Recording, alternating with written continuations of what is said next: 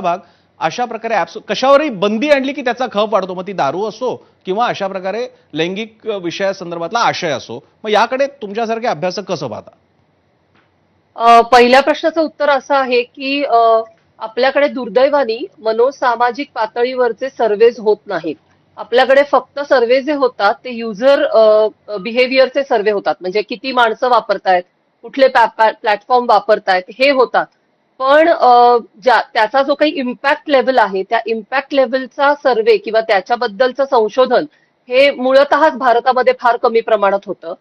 So असा data आपल्याकडे available नाहीये. पण आम्ही काम करताना जे बघतो त्याच्यामध्ये असं लक्षात येतं की हे सगळ्या ज्या अडल्ट साईट्स आहेत याच्यावरती जाण्याचं प्रमाण आणि त्याचा इम्पॅक्ट ह्या दोन्ही गोष्टी प्रचंड आहेत. म्हणजे अगदी टीनेज पासनं मुलं आणि मोठी माणसं तर ऑब्व्हियसली जातातच, पण टीनेज पासनं मुलं सुद्धा या सगळ्या साईट्स ऍक्सेस करतात डेफिनेटली.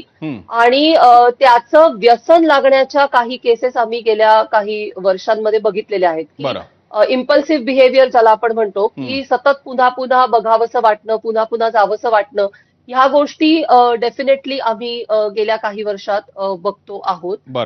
तुझा दुसरा प्रश्न परत सांगतोस? माझा दुसरा प्रश्न होता की अशा प्रकारे ऍपवरती बंदी घातल्यामुळे ते जे काही अशा लोकांना रोखलं जावं किंवा अशा बंदीचे उपयोग होतात का काही?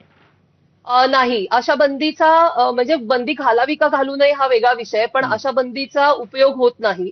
कारण व्हीपीएन सारखं नेटवर्क सर्रास वापरलं जातं आज. आणि म्हणजे ते पेड व्हर्जन्स पण अवेलेबल असतात आणि अनपेड म्हणजे फ्री व्हर्जन्स पण मोठ्या प्रमाणावरती वापरली जातात. आणि व्हीपीएन जर तुम्ही वापरत असाल तर तुम्हाला कोणीच रोखू शकत नाही. म्हणजे व्हीपीएन वापरून सर्रास तुम्ही कुठेही काहीही बघू शकता, कुठल्याही देशातलं नेटवर्क तुम्ही ऍक्सेस करू शकता आणि ते खूप इझिली अवेलेबल आहे. म्हणजे आणि म्हणूनच मुक्ता, हा जो मुद्दा तुम्ही म्हणालात की हा कंटेंट सहज उपलब्ध आहे, म्हणून मी अनिल थत्तेंना एक